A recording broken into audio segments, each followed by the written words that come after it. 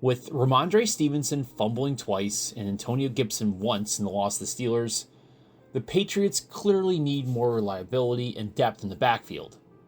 Unfortunately, Lan Larison is out for the season, so the best option is really to bring Terrell Jennings up from the practice squad, either to the 53 or at least some elevations. If they do bring Terrell up to the 53, the Patriots could bring back a guy that they brought in for camp, who did show some promise with Shane Watts, to be on the practice squad. Terrell and Shane seem like the easiest options for this week.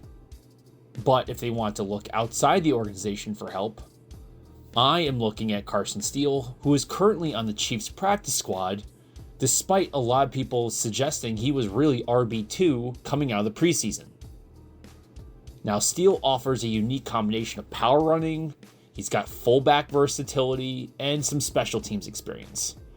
His ability to contribute in short yardage situations, provide lead blocking as a fullback, although not great, and immediately step into coverage and return units makes him an ideal candidate to fill an open 53-man roster spot, while also shoring up multiple areas of need. Because keep in mind, Mark Robinson is now gone, so one of their special team spots is open. Now, as a running back, this guy is strength and power. Steele thrives on downhill runs, punching play style, consistently finishing forward, delivering hits rather than absorbing them, and arm tackles rarely bring this guy down. Amazing contact balance, decent vision. He's got acceleration bursts, adequate but not elite, but he's got enough speed that with the right angles, he can hit some decent chunk plays.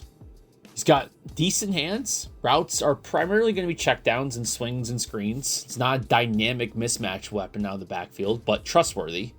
And the best part is after he catches the ball, he goes right back to a running back, rushing style, gets upfield quickly, can shed arm tackles, and can do damage in the secondary. Pass protection, I would say there's a strong anchor. There's a willingness to engage. Didn't really have that many responsibilities in college for it because he was the workhorse back. So he was getting a lot of volume. He was basically always getting the ball handed off to him. But he's got the strength. He's definitely got the willingness, not shying away from contact. One could say he's probably an above average pass protector.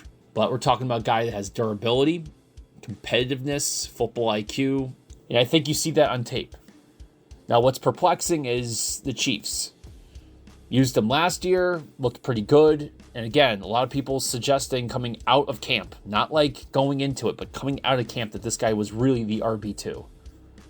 Because amazing in goal line, short yardage situations, physicality, pad level. He's one of those guys who's going to be your 4-minute guy. So when you want to protect leads, so ideal for wearing down defenses late in games.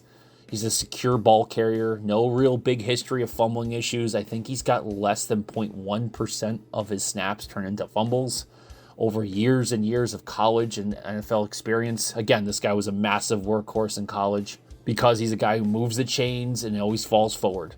But for the Patriots, could he just be a short yardage conversion rate guy? Yeah. Decent pass protection for third downs, sure. And be a special teams guy? Of course. But I think it's okay to see him as a guy who can come in and be a reliable RB3, special teamers, who, sticks on the roster through just effort, toughness, and, again, bringing that low-risk ball security. Could he develop into a more rotational power back who can handle 150, maybe 200 touches in this type of rotation? Yeah. And again, being more of that short yardage, late game guy, of course. And being that situational hammer when you need to change things up, great. Now, what does that remind me of? And if you watch him, Rex Burkhead. Not super fast, but willingness, tough, pad level, grinding it out right up the middle, and reliable. Now, another guy you could probably take off a practice squad that might be worthy of it. Of course, you don't really know what the Patriots are thinking, but Donovan Edwards, who's currently on the Commanders practice squad. He was on the Jets previously. He's a UDFA from this previous draft class out of Michigan. Really great third down back for Michigan. He's like around 6 foot, low 200s.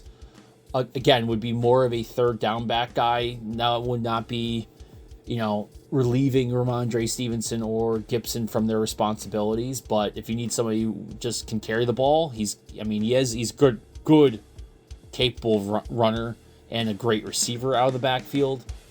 And, his pass protection improved last year. He's explosive in space, good burst. I'm not going to say his ceiling's high. I would say maybe it's modest, and he's not amazing between the tackles. But if you're just, again, looking for somebody who projects kind of like that 3-down backup role, and now Henderson's getting a little bit more of the shares earlier down, you need somebody to come in, be a 3rd-down guy. Donovan Edwards could do that. A guy we were talking about a decent amount last year as being a 3rd-down back potentially for the Patriots. Here's your opportunity. But it would be a 53-man roster sign because you're poaching him off the Commanders. Now, outside of poaching somebody off a 53-man roster, again, if you're bringing Terrell Jennings up to work with him, but you just need to fill in a spot on the practice squad for running back, you got Marcus Yarns. He's out there, running back from Delaware, who apparently was impressing at the Saints camp this year. He's interesting because he is more of a receiver than a rusher in many ways. He can rush the ball, obviously, but they put him out, split him out in the slot. So if you are having concerns about having another slot option, because if Douglas is not really holding up, not really getting his job done, you can at least bring Yarns up for an elevation here or there. If it's him and Chisholm or Douglas, you're trying to get another option there for a quick shiftier guy.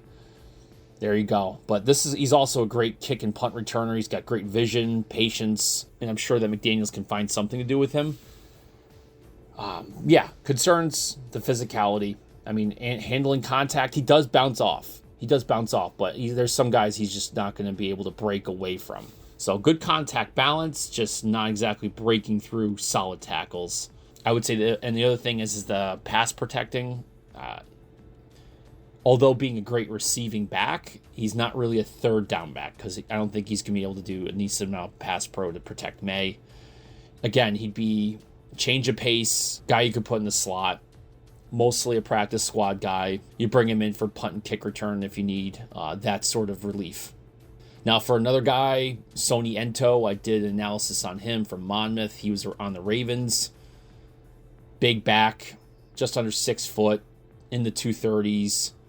Huge goal line guy, red zone expertise. This guy at Monmouth was an insane amount. I think last year he had like 25 rushing touchdowns. I believe is the most in college football last year.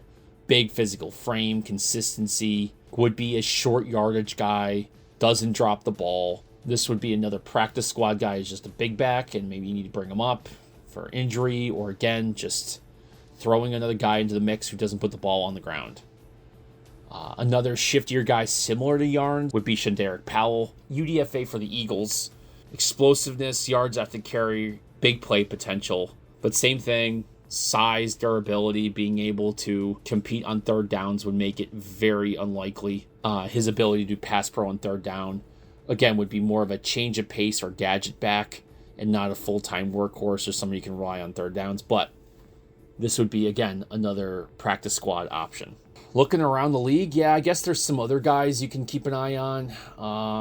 You got Izzy Abanikanda. He's on Green Bay Packers. Pierre Strong is there still. I'm not saying you have to bring him back, but that's a guy who's played in the NFL. Jaquindon Jackson, he was at Arkansas. I think he's on the Jags practice squad at the moment.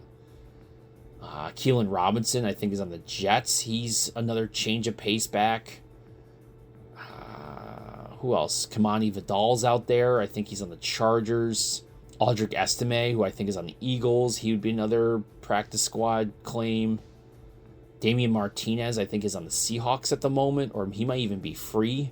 But those guys are on other teams' practice squad, so it requires signing them to the 53. I'm not sure the Patriots are willing to really do that, minus, again, like maybe a Carson Steele or like a Donovan Edwards, where there's some film on these guys, and there's obviously a role for them on the team or on the practice squad.